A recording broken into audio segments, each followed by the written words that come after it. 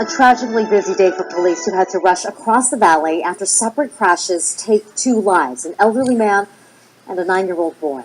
Thank you for joining us. I'm Marie Montero. And I'm Latoya Silman in for Jim Snyder.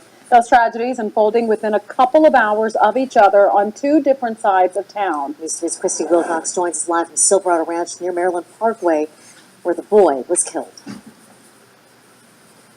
The boy died at the hospital, and I just spoke to his mother a few minutes ago. She said he was walking home with 2 of his siblings from school. Those 2 siblings saw exactly what happened out here today, and everyone is devastated. Terrible for anyone over here to witness. While people watch officers investigate this deadly autoped near Silvestri Middle School, parents like Jason Zamato try to understand how this tragedy happened on this typically quiet street. Even if you're telling your child what they're supposed to do or not to do, accidents happen. Fatal detail investigators say the driver, who had her own child in her car, was at the stop sign, but as she tried to turn, she collided into a 9-year-old boy riding his bike. Under these circumstances, she's very distraught and upset. The boy was trapped under the car, later rushed to Sunrise Hospital where he died.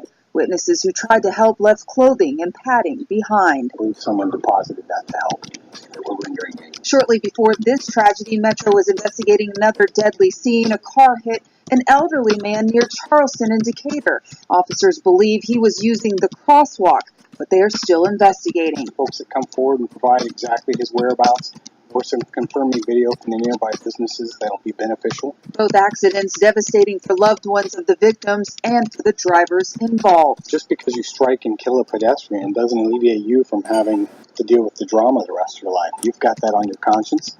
You're going to have to deal with that. Now, Metro still has yet to determine who may have been at fault here today. Of course, they're looking for witnesses who may have information. Reporting live, Christy Wilcox, News 3. Christy. Wow, that's okay. Let's see here.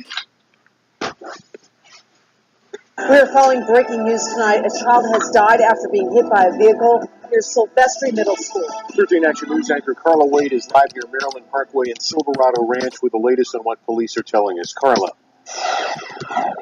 Steve, we just got an update from police just a few minutes ago, and if you take a look behind me, they are still out here on the scene. They say they will be here for at least another 2 or 3 hours. You can see that SUV there. I'm going to give you a little bit more detail now about what police say happened. We have been able to confirm that it was a 9-year-old boy that was killed in that accident. Now, police say that woman had stopped at the intersection of Riverdance and Jack Levitt, was making a right turn onto Levitt. She looked to her left but did not see on her right that a little boy was riding his bike northbound alongside the curb there. She hit the child. The child was rushed to Sunrise Hospital, where the child later died.